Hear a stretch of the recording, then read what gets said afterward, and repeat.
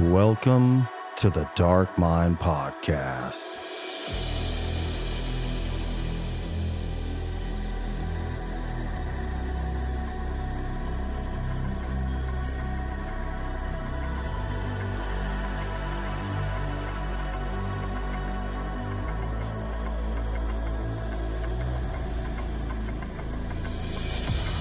All right, friends and familiars. Thank you for tuning in to another episode of the Dark Mind Podcast, where we explore the boundless realm of dark literature and film. On today's show, I have a writer of splatterpunk that has created a unique work of drag queen giallo. He's joining me today to discuss his new novel entitled Gig of the Damned, Slay the Competition. So without further ado, join me as we delve into the dark insight of J.J. Salas, aka Phrique.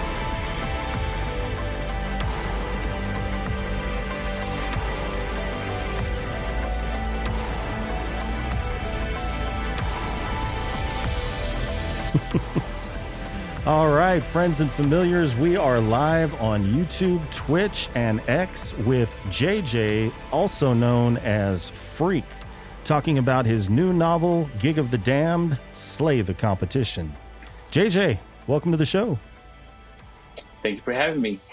Absolutely. Thank you for joining me on this 20th day of September 2024. I came across your work through a friend of the show, Merrill David, and based on his recommendation, as well as the absolutely epic cover, I had to check it out. And upon reading the book, I found it to be not only a great nod to the classic giallo genre, but also a fantastic mix of the brutally fabulous, the violently gorgeous, and the exquisitely gross. I loved every blood-soaked minute of it, so thank you for what you create, and thank you for being on the show. You know, that kind of took my breath away. That was a great intro. And I mean, that's basically what I was going for. Like I said, I wanted to do, like, I don't know why there haven't been more drag queen stories, especially not in horror. So I was like, well, if no one else did it, then I might as well do it. And yeah, actually, I just read Merrill David's book, the Glock. Oh, Glock Lollipop. The Glock Lollipop. I don't know why that one. Like, how do you even forget that title? But yeah, I was. You know, I went in that book just completely like, I don't want to see what the description is. Let's just see what happens. And that was a pretty epic book. I have to say. So I have to read some more from him. And yeah, he's told me he's going to give my book a shot. So I'm glad he passed the word on. I'm glad you enjoyed it for what I wanted it to be, because, like, you know, it's kind of one of those. It's my first ever book, so I didn't know if like people want to take a chance on it. But then also it's drag queen, so then that's also it's going to divide some people. So I'm like, okay, let's make it fun. Let's make it gross. For some reason, I said let's kill, like, I think the body count was 12, which don't ask me why I chose that number, but that's a very spiritual number. Like, let's kill 12 people in your first book. Like, let's not start small. Let's go all the way. That's what I did. Gotcha. Well, to kind of give a brief synopsis of the book, it's about, like you alluded to, a group of drag queens who are friends, though some definitely more than others. There is an upcoming drag beauty pageant that everyone has their heart set on, so there's a lot of friendly and not so friendly competition. And the drama of the story begins when a strange masked character starts brutally killing the queens one by one. So at the beginning of the book, you provide a tool called the Breeder's Glossary so that people outside the community can understand the lingo. The inclusion of a glossary is a very unique and kind of a catchy gimmick to add to a book like that. Did you find that including the glossary affected how you wrote dialogue or character interactions in the book? No, actually, the funny thing is, I wrote the dialogue exactly how I wanted it to be, but then I was reading back and I'm like, okay, so I made up this character. His name is Clint in Connecticut. So I was writing for Clint in Connecticut that might not know what a kai was, may not know what, serving mug or all the different, like I think I put like 20 different terms on there. So I'm like, just to be safe, I want you to be included in the conversation. I don't want you to have to like Google something and then you get lost in the story. So I'm like, let me just throw it in there. Like my editor kind of told me fiction doesn't usually have footnotes and a glossary. And I'm like, yeah, but this is like a subculture that not everyone is. Fun fiction does. From yeah, that's what I'm saying. Like, I have not heard anything bad from it. And the funny thing is, I'm a psychology undergrad at Purdue. So I walked around with my glossary and I went up to people and I said, can you look at this list and tell me how many of these words you know? And if too many people knew them, then I knew I could take them off. So I started out with like 30 words, but people knew what like baking their makeup and all that stuff like that, or like beating face and all that. So I'm like, okay, I can take that off. So I am a student of science, so I kind of have to like, okay, I need to do a survey. I need to make sure this, and this. And so I went around and asked people, and that's what worked. And a lot of them said they didn't know what half of those words meant. So I said, all right, then it has to be on there. And I'm glad I kept it because that is kind of one of the first things that, like, I set you up where you open it up and I give you like little trigger warning, but it was my own trigger warning, not like the traditional. And I didn't want to give too much to it because it's hard to kind of balance in the middle because some people like trigger warnings, some people don't. So I kind of gave you a little bit of both, saying the full list in the back, but just so you know, some terrible things. Can I cuss on this? Oh yeah. Okay, good. Because I just, but there's some fucked up shit in there. So just like let's not mince words. Like, yeah, I tried to warn you on the cover, but make it pretty still. But yeah, and then I hit you with like I wanted like the old '80s. I like the old '80s like paperbacks from hell, like those types. I read a lot of vintage horror, and what they did was they would always have the first page would be like a snippet of the climax. So it would be some crazy scene, and you're like, "What the hell is this book going to be about?"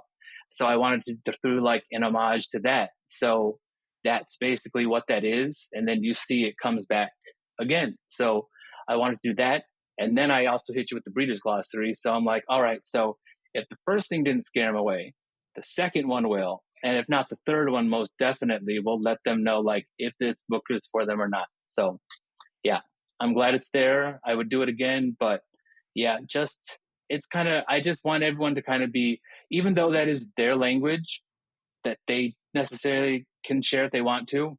If you want to be involved for one night, one book, now you know. And I did it for Clinton, Connecticut. So it's all for him. Clinton, Connecticut, and Vincent, Texas. Yeah. Yeah. So did it work for you? Like, did it? Oh yeah, did yeah. I had no, I would say 80% of those terms I had no idea what they meant. So yeah, helped me out a lot. well then I did my job, so I feel good then. Absolutely.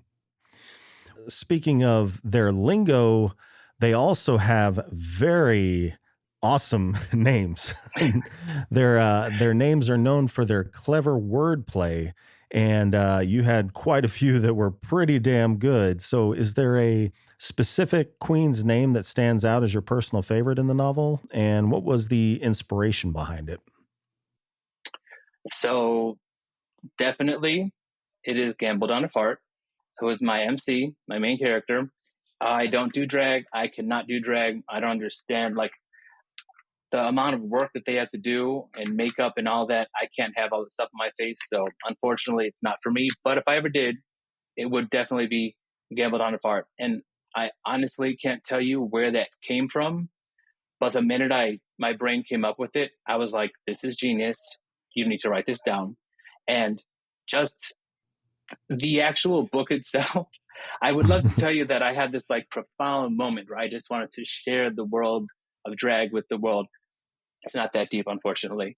I literally have a list in my notes that says drag queen names, and probably up to about 60 right now.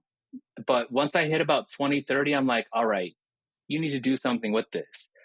What can we do? And I'm like, well, you could write a book where they're like killing drag queens. And that is legitimately what I did. So the first thing I did is I made the kill list, which you still see on the back. That's the like original kill list I did. I announced I'm writing a book, and it's going to be, I'm going to kill all these. I wanted to do like everything kind of backwards. I wanted you to say, so you know these girls are going to die, and I'm basically telling you who's doing it also. So I kind of want to turn it on its head. So yeah, I was just the names really did, the names actually made me see how I'm like, die in a fire kind of has to die in a fire, and Amanda Screw Me sounds like tools to me, and sheer audacity makes me think of scissors. So yeah, let me I let me bring up something here. mm, I got a list of them because I feel like you're saying them out loud, but I feel like people need to see them written out. Let's see here if I can. Yeah, so we've got You Need a Shower, Dixie Wrecked, Ho Behave, Amanda love that one. Screw Me, and Evada Subpoena. Those are some of my, there's more than that, obviously, but those are some of my favorites right there. The funniest thing is that like a lot of those I had, and I just knew kind of what I was going to do with them. But Evada Subpoena is probably one of my proudest ones, and that literally came to my head like out of nowhere, just randomly. Mm-hmm. I said like, and I should make her like a lawyer. Like that's kind of genius. Actually, you know what? I was watching Love After Lockup, which is the worst, best show ever. If you've never seen the show, Okay. so and it's, I was like, they said something about a subpoena. I'm like, be funny if you could do like a play on that. So, and when I tell you, like, I really do have. If you look in the TikTok live, if you look at their screen names, there's Easter eggs in there for season 2, because there will be a season 2. And Mm-hmm. yeah, and I mean, I'm coming up with names. I just came up with a name the other day. I'm trying to think. It was, it's not my best one, but it's Puberty Pumper Snatch. Mm, And I mean, it's very classy and very highbrow, but very much. like, I think that's also kind of what drag queens are supposed to do. It's supposed to kind of be a little unnerving. It's supposed to be a little play on, masculine and feminine. So I'm like, puberty, if you didn't know any better, is kind of a pretty name. But Yeah. so I said, I'm gonna play with that. So the long answer was gambled on a part. Gotcha. Oh, makes sense. You made him and her the protagonist. We got Clinton in the chat that said Clint was a great choice. He didn't say if he was from Connecticut or not, though. So, You know what? Yep, it was all for him. Well, speaking of gamble Donna Fart, if you take the gamble away, you've got Donna Fart. I mean, I understand the entire thing put together and the backstory with it that you explain in the book, but just Donna Fart, was there any sort of nod to Donna Tartt, the Pulitzer Prize winning writer? Again, I really wish I could give you this deep, that she's like my favorite author, and just I live and breathe her work. No, one of her books was on my list, but no. When it comes like my tattoos, people ask me like, "Oh, what do your tattoos mean?" They are just pretty, and they are just meant to make me look pretty. There is no meaning behind them whatsoever. Kind of Gotcha. with me, what you see is what you get, and kind of how but I can't say that about my writing, because there is usually lots of Easter eggs and little hidden things in there. But yeah, not that one. The one time. Gotcha. Well, drag queens are often known for their bold, brassy personalities. How did you make sure each drag queen in the story had a distinct personality while staying true to the scathing, brassy archetype that the fans of drag culture expect? So again, I'm brand new to this, and I still kind of don't know how I believe I was able to make 12, 13, 14 characters that you won't mistake for one another. Like they're very distinct. And so I kind of set out where I knew what I wanted Evada to look like. Even the words that I use change up. Excuse my tapping ass dog. Hello. Mine's about to start raising hell any minute now. I was going to say, like, that's kind of seems like it's kind of par for the course. Yeah. So for Adema Kinkles, I wanted her chapter to be very like va va voom, like she's a songstress. So I wanted it to be like her chapter starts with like this, basically like a dream sequence where she's in like a nightclub. So I wanted that mood. Like for Ho Behaves chapter, I wanted to be very like noir. I wanted to be like you're in this BDSM sex club. And then I wanted the TikTok live to feel very like young and kind of poppy. I even tried to set it in the tone of the chapters, what the characters were going to be like. And then they also each had their own type of way of talking. Poor Extra has we all love Extra Manessa, but also don't. But she had her own distinct, like.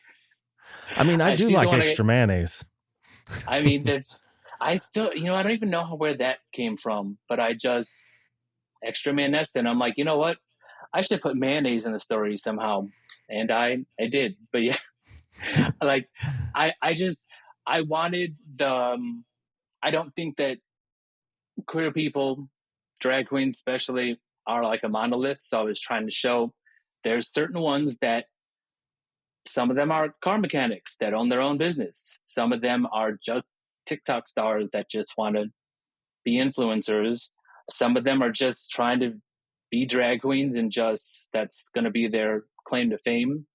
And a lot of these, like, it was like 280 pages, was apparently was like a lot for a debut. But there was a lot of stuff that I wanted to slide in without like hitting over the head with it. So later on, I made a Substack where I was drawing them, and you actually can go see on my Substack, and you could see I drew all of them. I drew the outfits that they're going to be wearing if they have made it to the ball, which a lot of them didn't. But just like if you wanted to see what Evada's Kill Bill outfit looks like, you can go and they're on there. So it's as I was going and doing that, it actually made me see even more. Okay, so now that I know exactly what they look like, it actually helped with the story as I was doing it. So yeah, it was just I wanted to just let people know you can't just see one drag queen and expect all of them to be the same. So that's kind of how I wrote them up. Let's see. You said where would we see those? You just passed her up. Go up a little bit. She's right. See where it says she swears to tell the whole tea, nothing but the tea. Right there to the right. Can you click on that? Oh, okay. I've been messing with my Substack, so hopefully, please work. Please work. Yay. Yeah. So you can actually see the picture at least. I did have to put up a paywall recently just for some of the older stuff I'd cut up, but that is Evada, and I drew all that by hand. So I wanted to show just, you could see extras is very extra. I believe if you go up top, when you go back to the main Substack page, you can click on actually Gig of the Damned and they'll show all of them. Yep. That's a picture I drew of Gamble in the green. In the green. And that was right probably here? Yep, that is our actual main character. I still don't know how I drew her like that, and I probably will never be able to do that again, but that's her.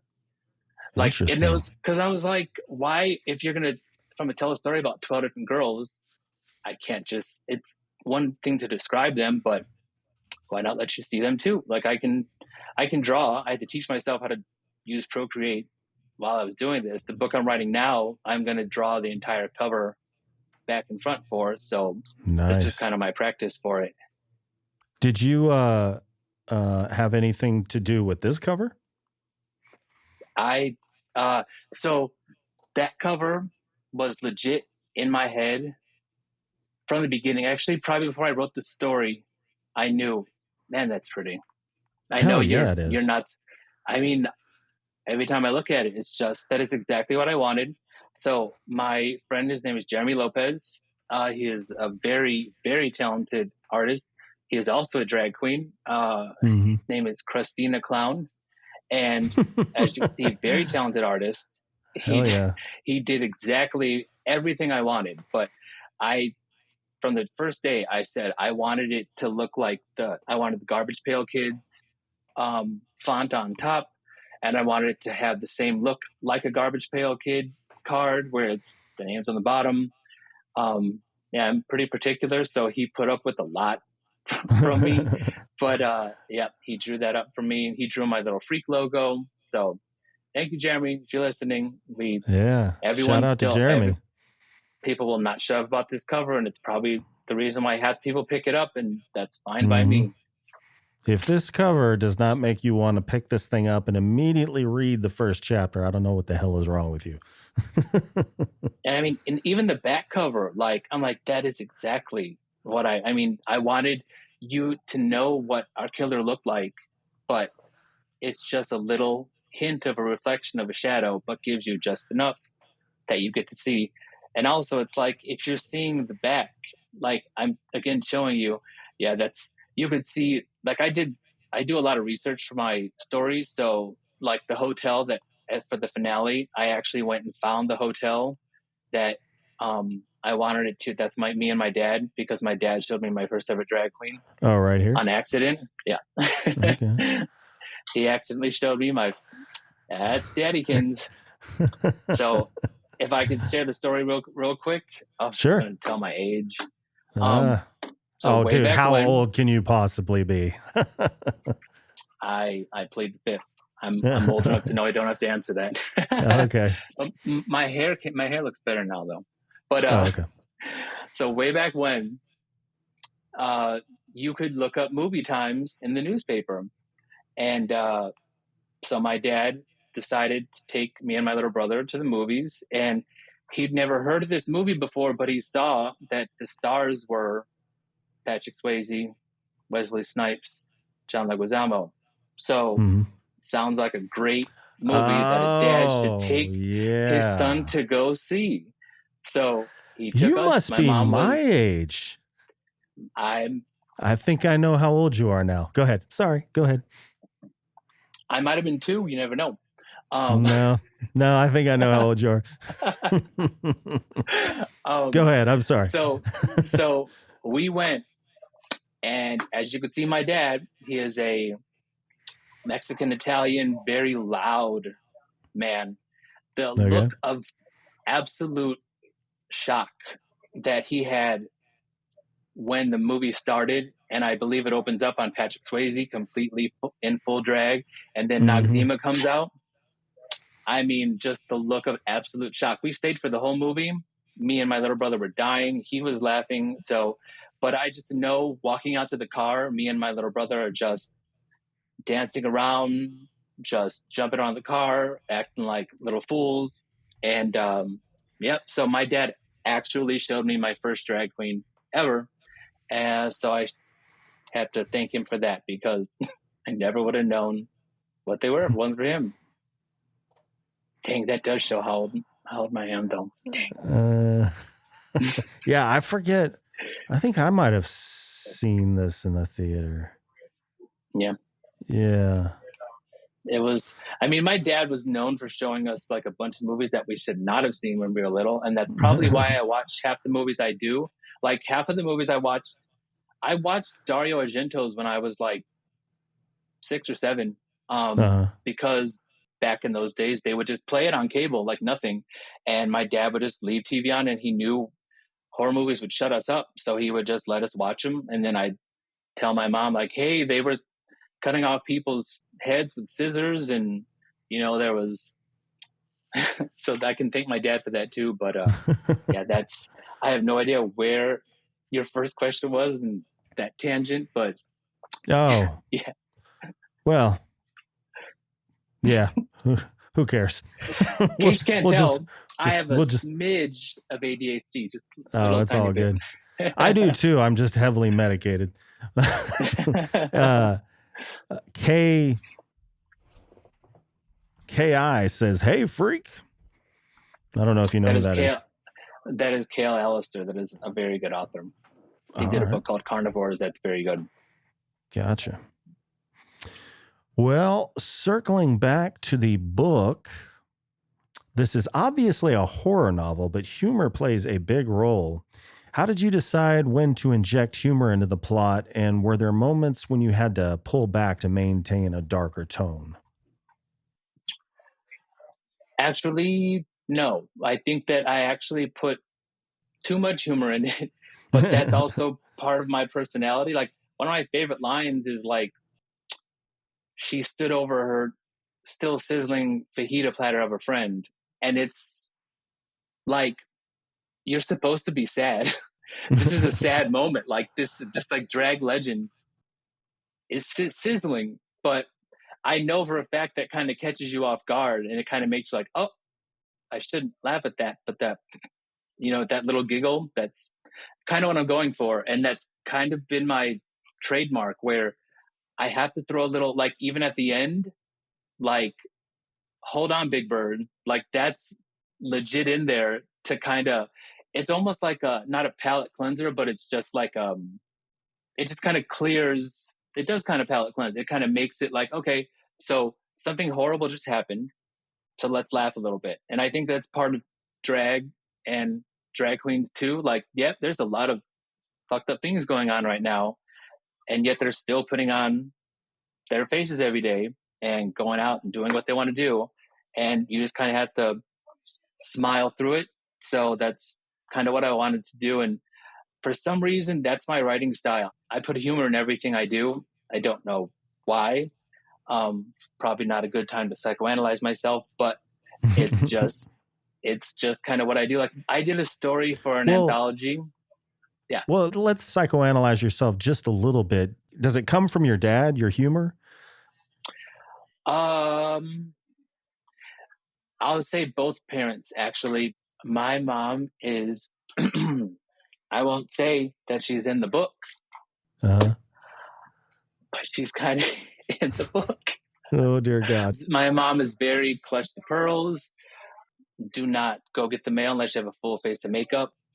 Oh. That's my mom. And that's what created this.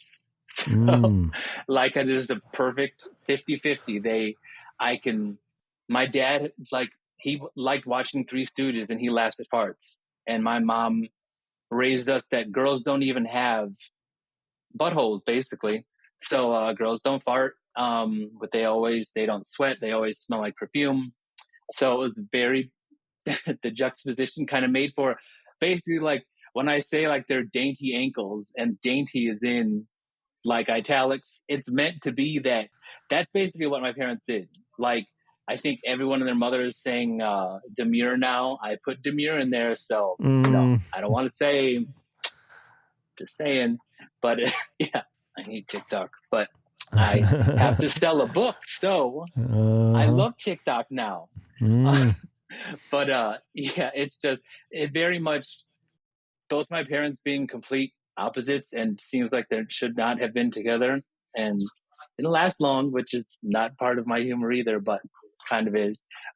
But and that very much added to, like, I've always been the type where I'm gonna laugh when you're not supposed to, and I'm gonna make a joke when you're not supposed to, and I'm gonna laugh, and don't tell me not to, because I'm gonna laugh harder then, and that basically comes out in my writing.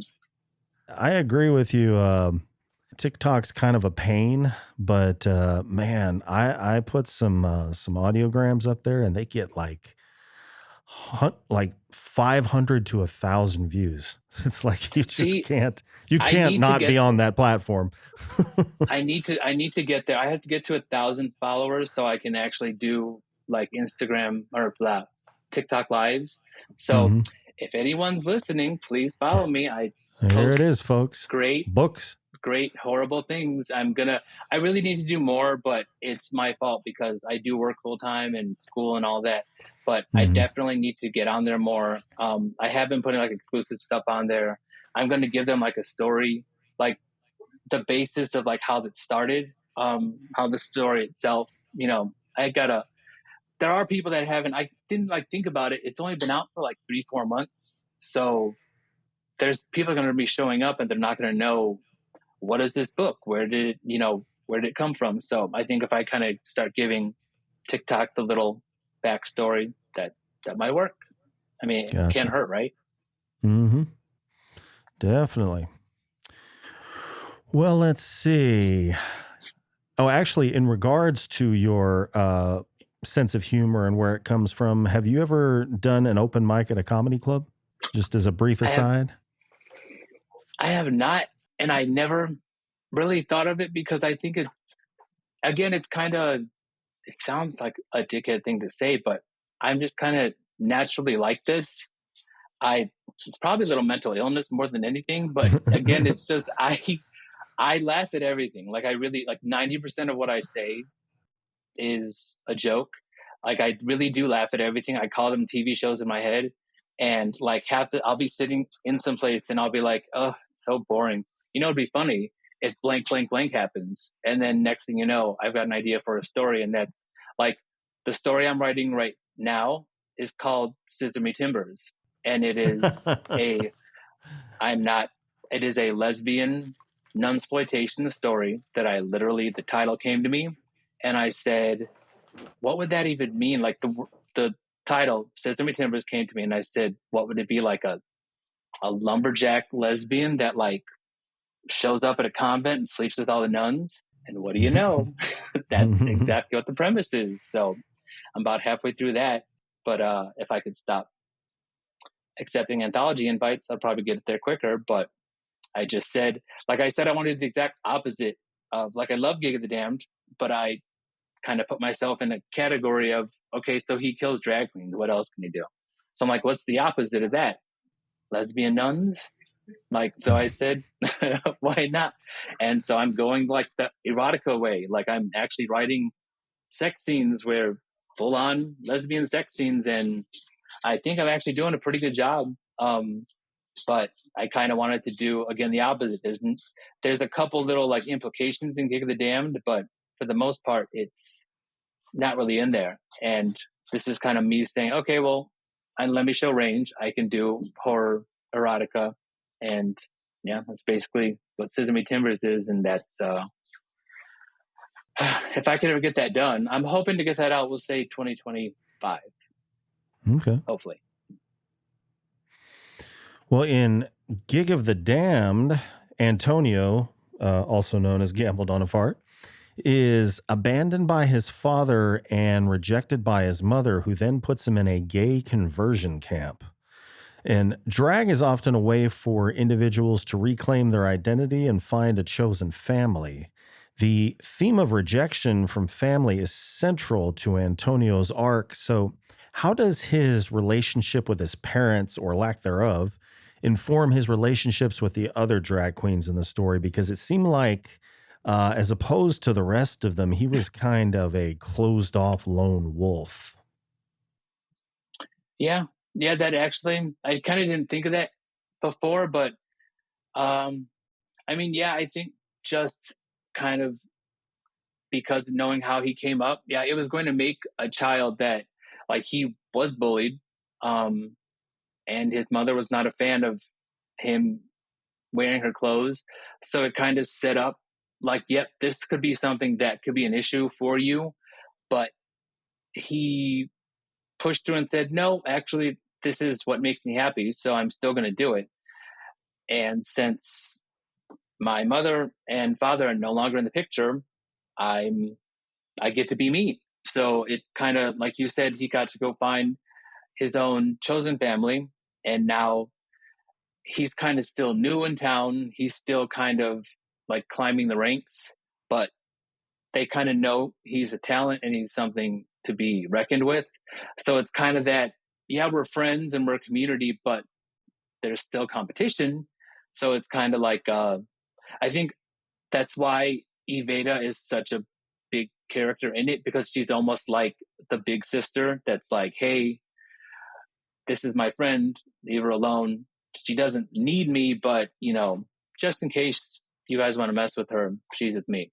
And you can kind of tell like she's well liked by most of the like Susie Q obviously really likes Gamble.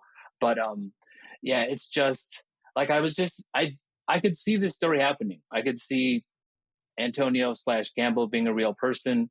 And so that's kind of what if I was watching this movie, which I basically did watch the movie in my head, that's what I tried to put on paper. So yeah, I think it's just, I created about 15 human beings and killed most of them, unfortunately, which was actually, it's very sad. When I get to the end of the book, like I had to do like 6 edits. I still get a little teared up with that ending, but just kind of the name of the game. It's what you have to do. But yeah, I think, like I said, I created like, this is Antonio's not a real person, but in the book he is. He has PTSD. He has issues with his parents, conversion camps, and all that, which is a real thing. So I'm like, but he's persevering. He's doing well, but just kind of little bit might have gone askew, and that's the story basically. Gotcha. Well, in the description of the book is referred to as a drag homage to giallo. Giallo often explores themes of identity, duality, and performance. How did you weave these elements into your drag queen characters, particularly with their onstage personas versus their offstage selves? And kind of another little add on to that, I noticed in the book, I think all of them, when they were being addressed by their just their regular names, they were referred to as he. But when they were in drag, as you need a shower, whatever, they were referred to as she. Is that kind of the standard, or is it different depending on each person? Yeah, I think it kind of has to do like I would say I would think it'd be standard, but it's up to each person, like whatever pronouns that they prefer.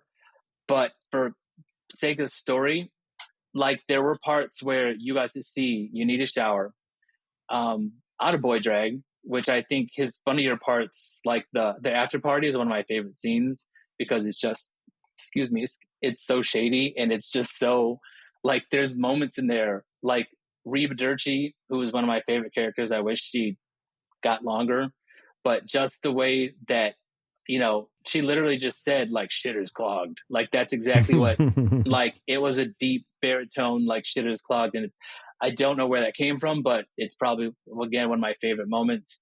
But like I think that, again, the juxtaposition of it's still them, but this is them in boy drag.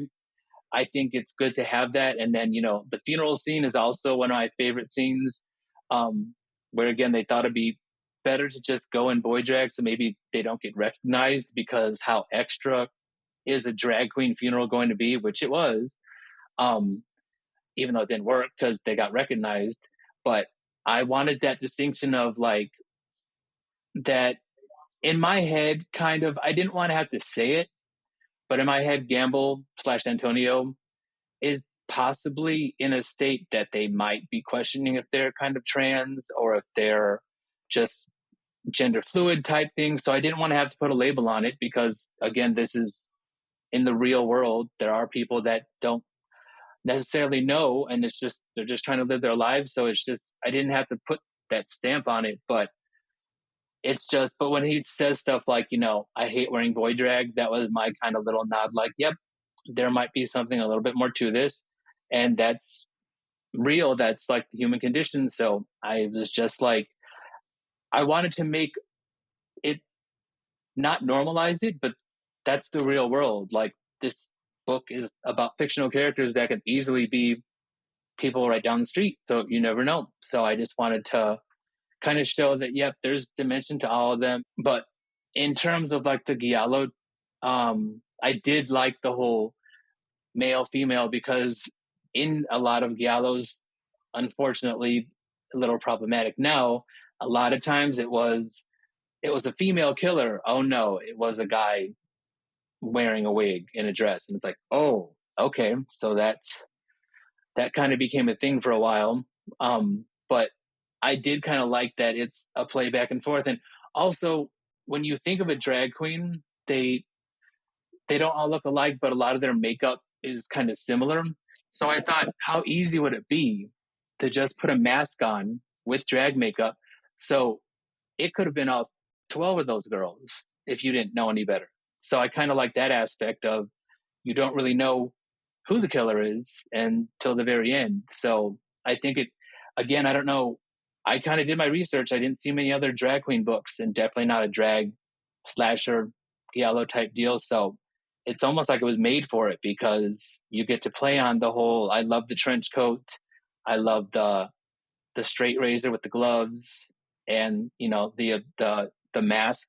So I just said I have to do this, and I I mean, not to pat myself on the back, but I think I basically made the perfect drag giallo. So Yeah, there's something really there's some romance behind a straight razor. I don't know what it is, just yeah, it an is. I don't know implement of why. days gone by. I don't, just Yeah, there's something about a straight razor that's it's not sexy, and I'd love to own one and use it, but at the same time I know I'd probably cut myself, or that's what you get killed with in the movies, so you don't want one of those on actually. But yeah, there's something special about it. I don't know what it is. yeah. Yeah. Well, did you pay homage to any particular directors like Dario Argento, Mario Bava? I think I'm butchering his last name, Bava. So Baba did Blood and Black Lace, which is probably the biggest inspiration for Gig of the Dam. Like, watching that movie, I've probably watched it like 5 or 6 times. It is probably one of the prettiest, and it's about a fashion house, and it's just the models are getting killed, and it's basically I've watched it for the first time when I was about halfway through Gig of the Dam, and I'm so glad I found it because it ended up being like, so that's the mood I want. I want this high glamour, um, but they're still getting killed. So it's kind of one of those like, and it's just perfect timing that like, drag bars are usually at night, and when they're shutting down, who knows who's in the back. So it's kind of one of those, it was perfectly played out, but yeah, Blood and Black Lace for sure. Like I said, that's probably my favorite giallo of all times. Argento, obviously, Deep Red. Deep Red was great. This one, it's called Solange. What have you done with Solange? That one. There's so many. Like, I've probably watched over 100, and there's probably like 300 or 400 more that I need to watch, but I need to watch them all before I die. Like, I could watch a giallo every day and probably be happy. Like, that's my comfort space. And a lot of them are so bad, but just it's one of like, you could watch a movie now and I'll be pissed when I'm like 2 hours. I'm like, I want those 2 hours back. I could watch a bad giallo and I'll be like, that was great. Like, I can't, I have no complaints whatsoever. Um, Death Walks at Midnight, that was one. Bloodstained Shadow, that was a good one. Yeah, there's a bunch because it's just a giallo is just kind of like a sexy, colorful, just very high drama, just very severe, very just all the senses. It's all just yeah, Sandra, yeah, See, Lamberto, yeah, Bava, Fulci, Eric, of course. Ercole, yeah, Ercole did that Death Walks at Midnight. That was a good one. Yeah, there's a lot. I'm not good when it comes to directors, but I did mean, I know Bava, I know Argento. did you see Argento and Vortex, Gaspar Noé's film? No, I don't think so. I've It's never what's it called? Vortex. I'm pretty sure it's Gaspar Noé's latest one. It's basically about an older couple and just like the travails and indignity of growing older. Like it's pretty dark, but Dario Wow. Gento is the an actor. Like I've never seen him act before. He's Oh wow. Pretty fucking incredible. Well, I need to. I wrote that down because yeah, I'm kind of an Argento stan. So yeah, Yeah. that sounds good. Yeah, I think I've seen about everything of his, about everything of Bava's, um, Fulci, but yeah, that's definitely my wheelhouse. I don't know where it. There was one. What was it called? A hyena in the safe. It was so obscure, so hard to find. I unfortunately had to go to like some like random website that probably put a million viruses on my computer, but it was from the 70s and it was so bad and so great. Like this woman is just like, if you can Google a hyena safe, I need you to just see just some of the A pictures that come. hyena in the safe? Is that what you said? A hyena in the safe. Mm-hmm. Okay. Like the main character, she shows up and she's wearing her ponytail as like a necklace. Like it's so ridiculous that like the main character is just, and it's about like they're like bank robbers that are trying to like hide out at this like big scary mansion. So I wonder what's going to happen there. Yep, that's her. And I think that was, yeah, all the women are so, yep, you see the fur coat picture, that's her. Right. She's Right like here. she's the she's the queen of the a little bit. Yep, that one. See, go down one. The one where she's in front of the guy. That one. She's a beautiful woman, but she also looks like a mannequin. But she's just so. The whole movie is so extra. That's literally like the mood for the whole thing. But there's just, it's probably one of the best ones I've seen. But like I said, it's so hard to find. I don't uh like if I can even find it on DVD, I would. But it's just so, those are Oh, the here ones that you. I like even more because I know that they're so hard to find. It And says watch now there on you go. Apple It TV says watch Plus. now. Are you freaking kidding me? On It Apple calls it TV best. Plus. Yeah, I don't know. And then Yeah. well, now I don't like the amount of movies that I watched lots of the old 80s stuff and all that Pajama Girl case. I just watched that probably 2 or 3 days ago. That one was Mm-hmm. just, there's honestly, there's probably like 1,000 of them, and I'd like to watch them all before I die because I can just, I don't know why they're my comfort, but they very much are. Well, I believe only readers are going to know what I'm talking about, but I think I speak for myself as well as all of your readers. I would like to know if, in fact, the killer did get a bedazzler for Christmas. She absolutely did. Absolutely And did. I thought so. 100% did. And the funny thing, I seriously think if I ever do t-shirts, it's going to have to be like, did you get a bedazzler for Christmas? Like in Uh, like jewels, because yeah, it's funny because I had like two people like message me like, okay, I don't want to like ruin your day, but you use this joke twice. And it's like, buddy, I got news for you. you just lit a Because fire. I'm gonna find a way to put this in every single scene, and I think I did it. And again, I don't know why I did it, but I love that I did it. It's And like it's just, a glorious pebble in your shoe. yeah. I mean, like I love an Easter egg, and there's so many in the story, and there's so many fourth wall breaks that I probably should not have done. But it was just like, again, if you tell me I can't do it, I'm gonna want to do it twice as much. So Mm. might as well.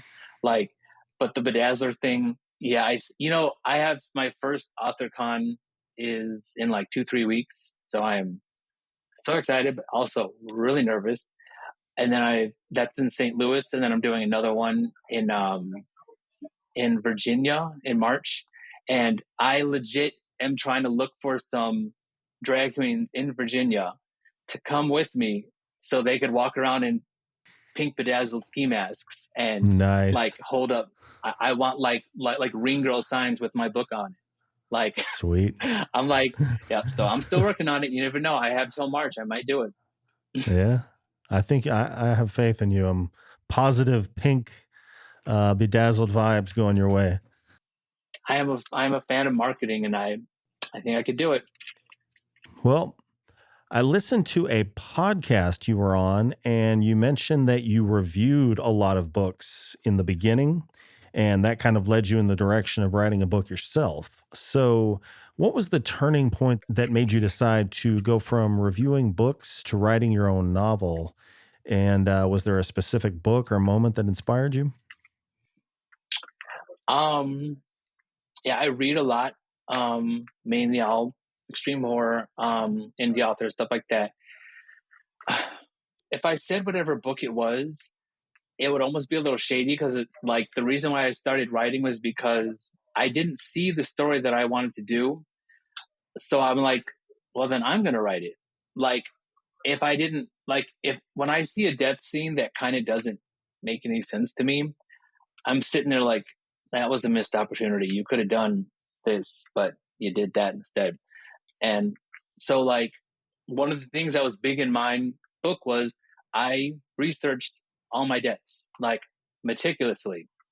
The electrocomplex death, the way that it was foibled, um, without giving much away, what happened in the story happened to me. I'm thinking you can kill somebody by doing electricity, but it turns out with a certain voltage, you can't kill somebody. You're actually just going to cook them a little bit. So the amount of like frustration that the killer had in the story really happened to me because I had this whole death scene planned out. It was going to be elaborate. There's going to be smoke and sparks and all this. Yeah, it turns out you can't do it that way. So it was great that I researched all my deaths, but it's a lot of like there was supposed to be a death where a person got run over by a car and the tires were supposed to just they were on a hill and it just very slowly rolled down and basically squished them out of their body like toothpaste. And I was like, that would be so gnarly to write. But it turns out because of shocks, you can't do that. Like, Yeah. you guys are ruining my death scenes. So like it's good. But yeah, when I'm reading a story and the death, I'm like, there's no way their head flew like 20 feet just from that hit. Like, you Yeah. can't do that. So like I'm like, okay, so if I did that death, I would do this. And that's basically it's kind of what I all the deaths in the story, I wrote the deaths first. And then I went back in and I filled in the story that was going on in the middle. Like I really wanted to highlight my death scenes first because that's what like we play Mortal Kombat to watch the fatalities. Like we are watching like we're watching horror movies. Fatality. Sorry, I had to do that. Like I I mean that's part of why I write the way I do. Is like how great was it when you got to see like somebody explode from a kiss, or when you got to see someone get like just crushed by a video arcade. So like no shade to them. I think I could do better. So I said I'm a competitive person. So I'm like, guess what?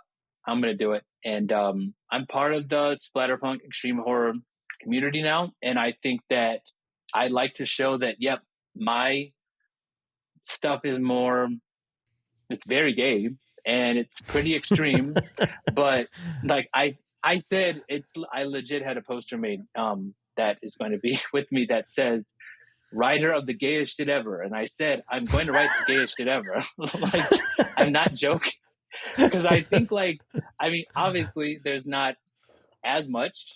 So I'm like, well, then I guess that means I have to double down to kind of even it out a little bit. So I'm going to write a book with just drag queens. And then my next book is all lesbians. So, I mean, I may throw some straight people in once or twice, I guess, if I have to. But I mean, for the most part, I'm like, no, this is what I want. I want it to be this, and I want it to be like it is splatterpunk because there's messages in it. Like extreme horror is more just to, I mean, look at me, I can just rip someone's guts out and jump rope with it. Like that's great if that's what you're going for. But like, why are you jump roping with this person's intestines? Like I need a little. I need a motivation motivation for this visceral exercise you're doing here. Exactly. So that's basically I said, all right, so this is what I want to do. This is the brand, and I'm gonna stick with it. So that's where it all came from, basically. Well, let's see here. You kind of touched on it already. What does your typical writing process look like? Do you follow a strict routine? You kind of dependent on the inspiration? It is completely off the wall.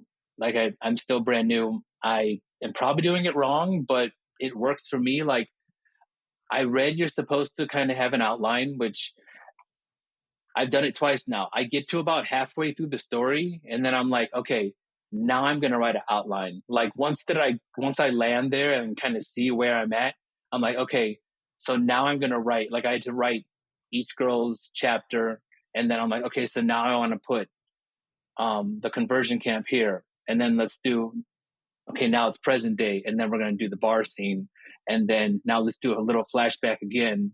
And like even now with Sesame Timbers, I tried to start from like the beginning and go all the way to the end because that's how I would think a book is supposed to be written. But I'm finding myself like, no, I want to get to the dessert. So like now I'm writing the sex scenes first, and then like the crazy, there's like poison involved in this. Like there's lots of, obviously it's a convent, so there's lots of sacrilegious things going on. There's a little bit of S&M dungeons. There's somebody has a very big affinity for the Virgin Mary, so there's a little bit of, I forgot what the big word for it was, but like, the lady that wanted to marry the Statue of Liberty, there's some of that in there.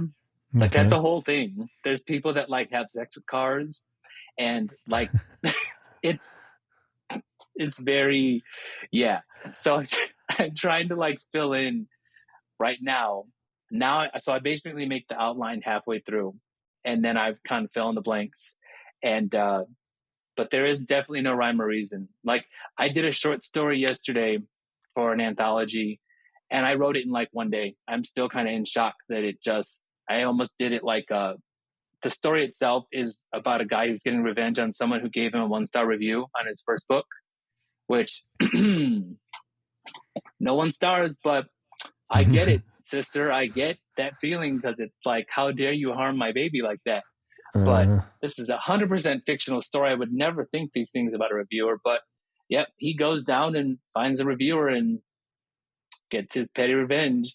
But it is 100% like it is a manic, like American Psycho 2024 version where he's like mentioning the kind of coffee from Starbucks he has to get, and he has to be seen in his Tesla Model X, and like all that is very much in there. But it was just a complete manic stream of consciousness where it's just, I wrote it a little too quick. I'm like, JJ, you might hype a couple of these thoughts, but we won't go there. It's very just, yeah, it's kind of, I don't really know how it works, but I'm just going to do it. And when it comes to writing itself, I know no one wants to hear this probably, but 80% of what I write is at work because I work 12-hour shifts. So I'm there anyways. And I usually am reading or doing homework.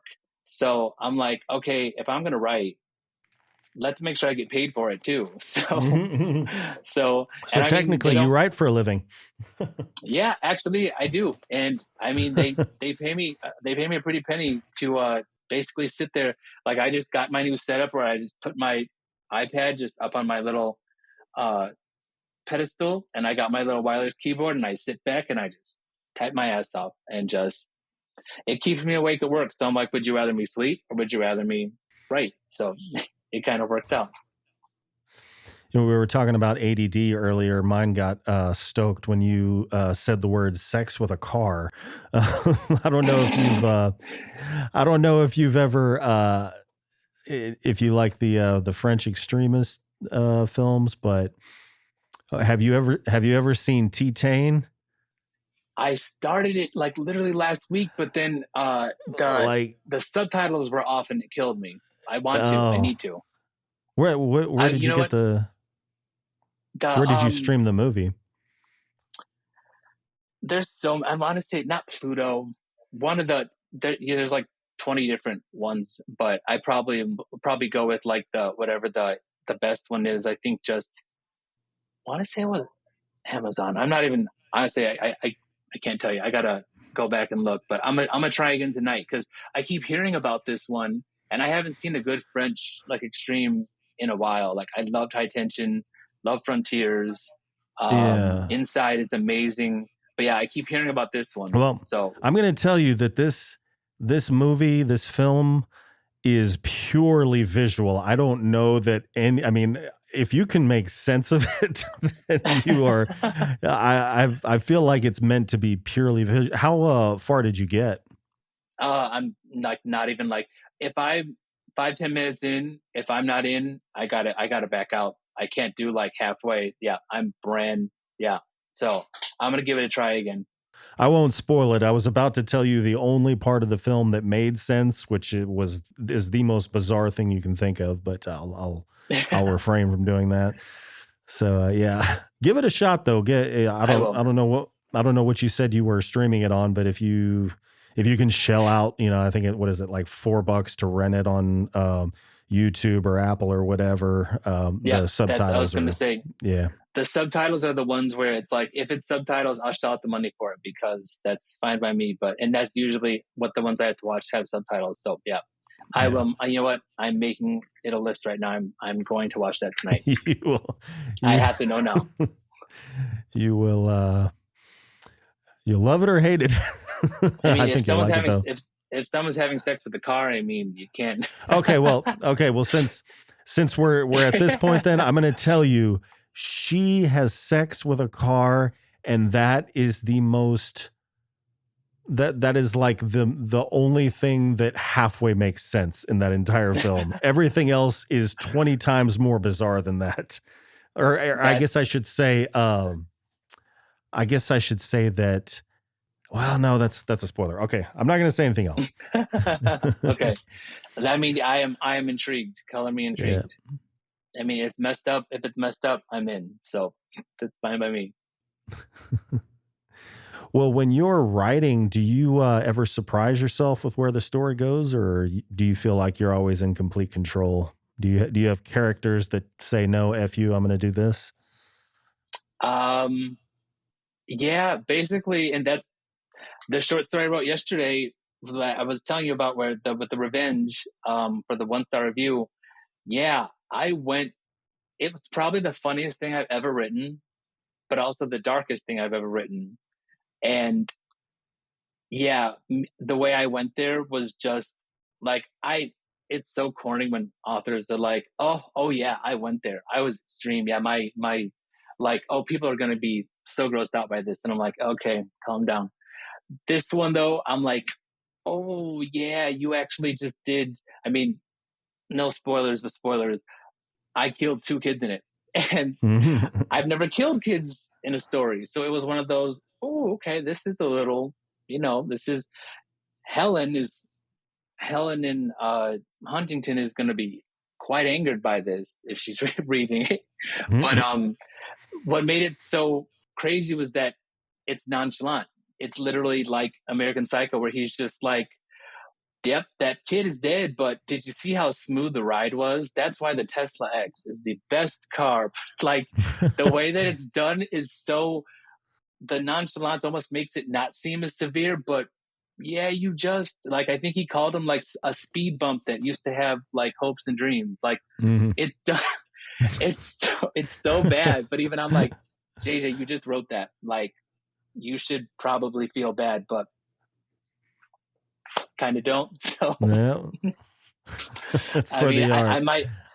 I might do a short story called "Fuck Them Kids." So that's that's gonna be that would be part of it too.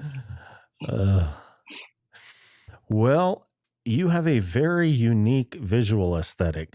How would you define it? Like me as in me, or like the Just the all of it.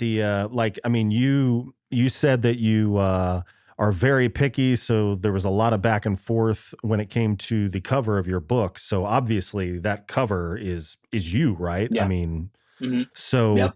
that's 100%. your aesthetic.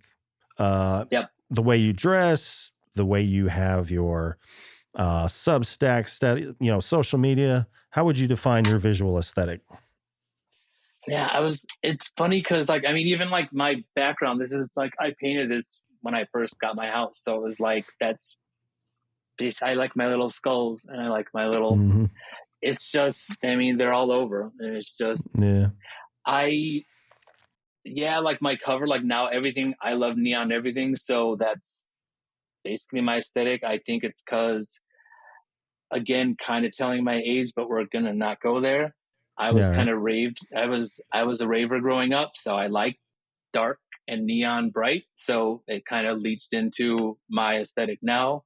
Um, but yeah, I've always been Little like tech my inspired. little. Yeah, I think it's a little bit. I mean, I was a DJ for a while. Nice. So yeah, that's all in there. Um, basically, like, Suspiria is one of my favorite movies because it's so bright, and the use of color. And probably most movies, I think I had this conversation in one of the last podcasts I did, because a lot of the movies I like are just very pretty. Like, I wish I could be less superficial, but sometimes if a movie's just pretty, that's fine with me. Like, I've just always been very, like, my neurodivergency is that I'm high sensory seeking. So I need big bright colors, big loud music, big head explosions. So that's just kind of my, like, it's very, I like just a nice muted black gray, but then it needs a big ass splash of red, like behind me, or, my Instagram or my Substack. So yeah, that's just kind of, and you will see it because even my next cover, it's very, yeah, I can't give away it because my PR rep says I give away too much, but Uh, but that's very much just, that's, I don't know, but yeah, that's one of the main things I do keep hearing that I love is people are like, the cover is so dynamic and it's so, I'm like, oh, okay, well, that's my style, that's what I like, but it's working. So if it ain't broke, yeah. don't fix it. So I'm just gonna keep doing Absolutely. that. Well, let's see here. Tell me a little bit about the research you did because you said you don't do drag yourself. So, Yeah. So, well, I've watched probably every single drag race there is, mhm. um, which is, I mean, it's a great show in general. I watched Dragula. I have four drag queens that I actually used for reference besides the one who did my cover. So, like, I would send them scenes. I found out about halfway through, um, no shade to drag queens, a lot of them don't read. Not that they can't read, they Yeah. just, I legit had one, love her to death, but she said, after she said, yes, I will read your scenes, she said, I'm too pretty to read. So I said, you know what? I can't fight with that, but thank you for helping me. But I eventually just had to be like, okay, so look, can you at least tell me, could somebody die in like a bathroom in the back of a drag bar? And that's kind of where you need a scene came, because yeah, she told me that she had one gig where they're they literally put like a plank across two sinks, and that was her makeup table, like in a public bathroom. So then that made me think, now what would happen if somebody absolutely ruined that bathroom to the point where it's like the most disgusting thing ever? And then I also remembered that, you know what, these are extreme horror readers that are going to read this, so I needed a poop chapter basically. So Uh-huh. so I said, you know what? We're going to have some urinal action. We're going to have some toilet action. And all because of that one story. Because in the story she told me, yeah, it was one of the Go-Go Boys went in the bathroom while she was doing her makeup and blew it up while she was in there. Like, that sounds horrible. That should be in a story. So, um, like, but most of my friends are doing drag like up in Alaska, way Uh-huh. up there. Like, Really? it's Wow. a really big scene up there. Like, I'm No shocked, and they shit. do lots of. I mean, it's everywhere now. Like, I live in Mumfuk, Indiana, and they've got decent amount out here. So I mean, I don't know why it's not kind of more popular, but if I can help, so then I will. But yeah, when it comes to drag queens, I did lots of research. Like I had to draw them after a while, so then I had to, like, just even drawing them, the makeup is so hard. So I have so much more respect for drag queens even more now that I see the amount of work they have to do. And they do this like every night. That's dedication. So yeah, I did a lot of research for that. And then like even now, I'm very research driven. I know so much about poisons now that if anybody near me dies of anything poisonous, my little FBI agent is going to light me up and say, it was him. He did it because he's been researching poison for like the last 2 months. Like I know all about psychedelic mushrooms and what, amanita nightshades, all that fun stuff. So yeah, I had to, this book I'm looking up, that, what is it called? Where they basically tie you up where you're all, and that's like an S&M thing. Oh yeah. The rope. I should know the word. The rope stuff, which does not sound appealing to me whatsoever. And I don't want to kink shame anybody, but I know too much now. But I should know it. I've had 2 dominatrixes on the show before. So, okay, yeah. So for the Ho Behave chapter, that's probably the most research I've done where like I had to, and it's funny because people message me after like, hey, that was a really good S&M scene. So are you into that or what? It's like, no, not even a little bit. I don't even like wearing seatbelts. So please, no, but thank you. I appreciate it. But yeah, like the sex toys, I had to look up all those. I had to look up like how to make a sex dungeon basically. So, I mean, it's fun. I like researching stuff anyways, but yeah, definitely there was a lot for this book that I had to look up about, like, I can even tell you, I had to look up the car that I mentioned that Dixie Wrecked had. I had to know that the Escalade had a door that opened up or to the side. Like I have OCPD, so I'm real about the details. So like if anybody catches anything, let me know. I'll give you a 20. But for the most part, I'm trying to make it as plausible as possible, probably more than I need to, but that's just how I write. Gotcha. Well, what is the life of JJ, otherwise known as Phrique, like outside of writing? It is pretty odd. So I am a full-time steel mill worker. And so I work 12-hour shifts. And I am literally sitting in a room watching a big strip of steel, probably about yay wide, wider than my camera. And I'm just watching defects. This is where my OCPD makes me money because my eye can just, for some reason, see a little hole defect and then push a little button. And then I go back to reading, writing, whatever. So I do that all day for 12 hours. So I'm reading, writing, or doing homework because I am a psychology undergrad.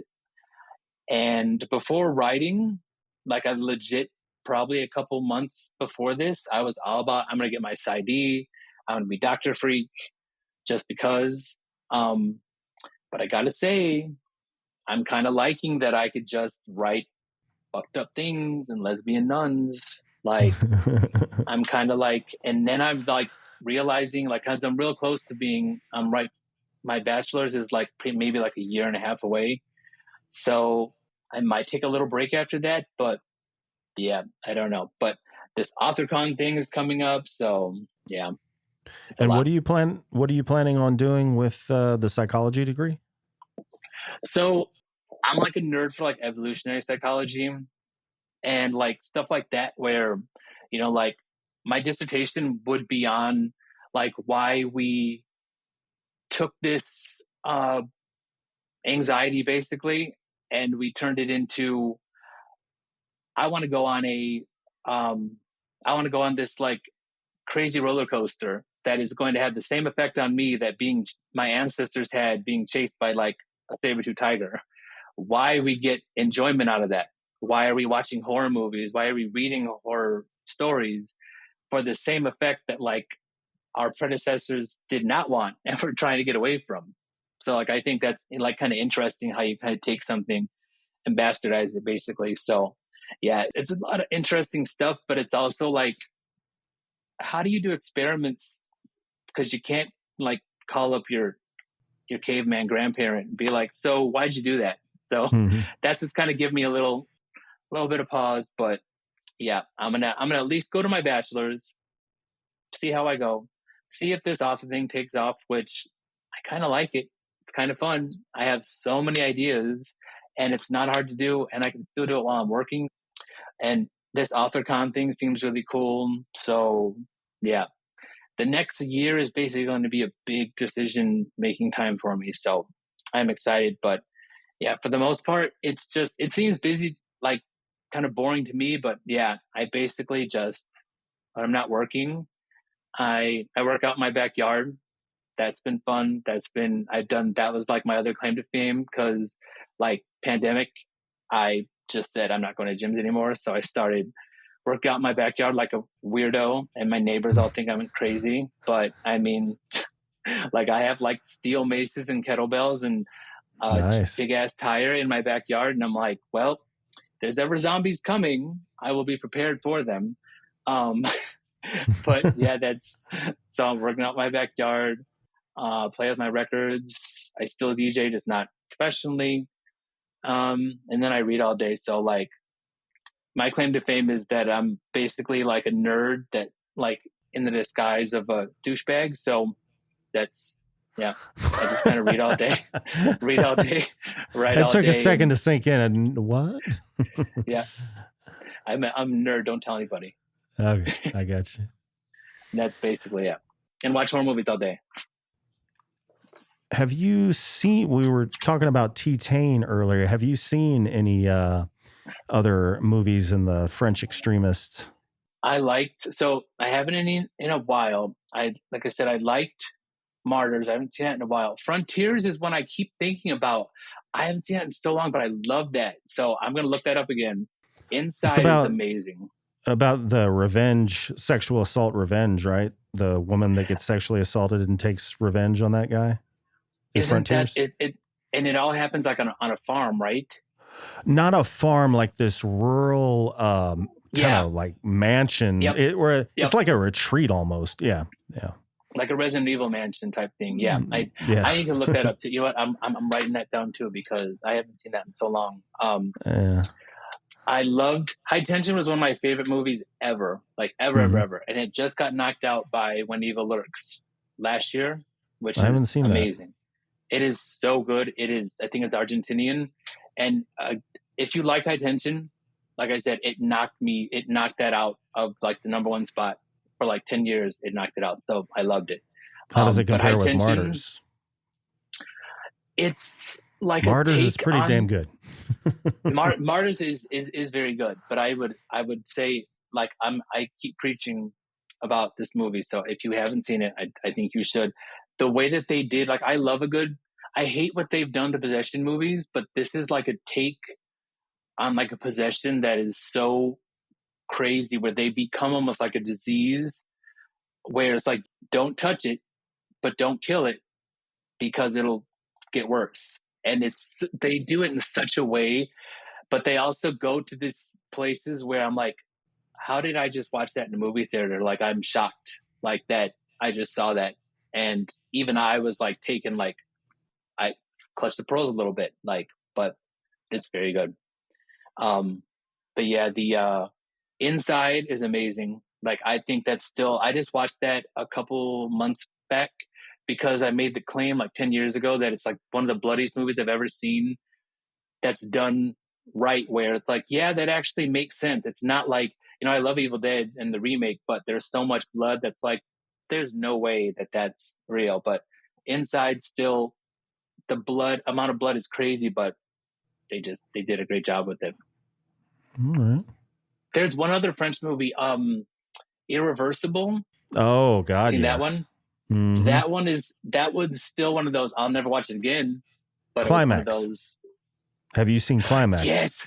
Okay. First off, that's his best movie in my opinion. The way that's done. The way the dancing gets more violent and chaotic as the acid kicks in, and then that girl urinates on herself, and boom, it just goes to hell from there.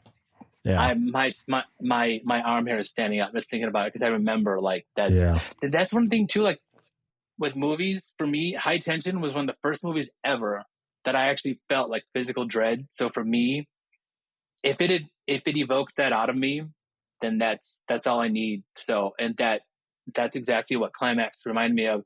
Like the opening is like a Debussy something that I can still remember the melody of the opening. Just, yeah, it was a great movie. I had that one on my list too. Dang it, I got so many movies to watch. All right. Well, JJ, it has been a pleasure talking with you. Thank you very much for having me. I appreciate it. And it was very fun. Absolutely. So as we bring the show to a close, is there anything you'd like to plug or let your readers know about? So right now I'm doing, my next story is going to be Lube Me Up with Fry Grease, which is a what was that title again? About it, Lube Me Up with Fry Grease. Ouch. And it is legit. It was supposed to be a joke, and it somehow turned into, I've made it a whole book, and it is legit drive-through characters, aka like Ronald, Wendy, Colonel, people that we all know from very famous restaurants. You're making me hungry. Jesus. They're not after you read this. No, I'll still be hungry. Nothing can get me off of fast food. It's me making fun of smut, basically. So I had to learn to write sex scenes. So it's basically them having sex scenes in it. It was so absurd that I started that on my Substack too, and it turned into a book. So now I drop 2 episodes every week. So now we're on episode 6. So you can read them for free on Kindle Vella. But it's going to eventually be my second book, which is like a little novella. So that should be coming out. I think you have to wait like 30 days once the last Kindle Vella drops. But that's going to be my second book. So now I'm going to have a drag queen book, a mascot smut book, and then lesbian exploitation. So I should be ashamed, but I'm quite proud. And then keep an eye out for Sesame Timbers, and then a lot more. So I think that's it. Awesome. Well, we will all be waiting with bated breath, my friend. So if you would stick around after we shut the stream down, just need to give you some quick information. But as far as everyone, listeners at home, both live and on demand, all links are in the description. And I'm trying to figure out whether to call you JJ or Phrique. I'm going to say Freak out. And Phrique, thank you again for joining me. Thank you. And thank you to everyone who tuned in. If you enjoyed today's episode, please be sure to like, share, and subscribe to my YouTube channel so that you can watch the episodes live. Be sure to tune in every Tuesday for a new episode featuring the best and brightest writers and filmmakers of dark literature and film. So until then, stay healthy, stay sane, and as always, thank you for listening. See you next time.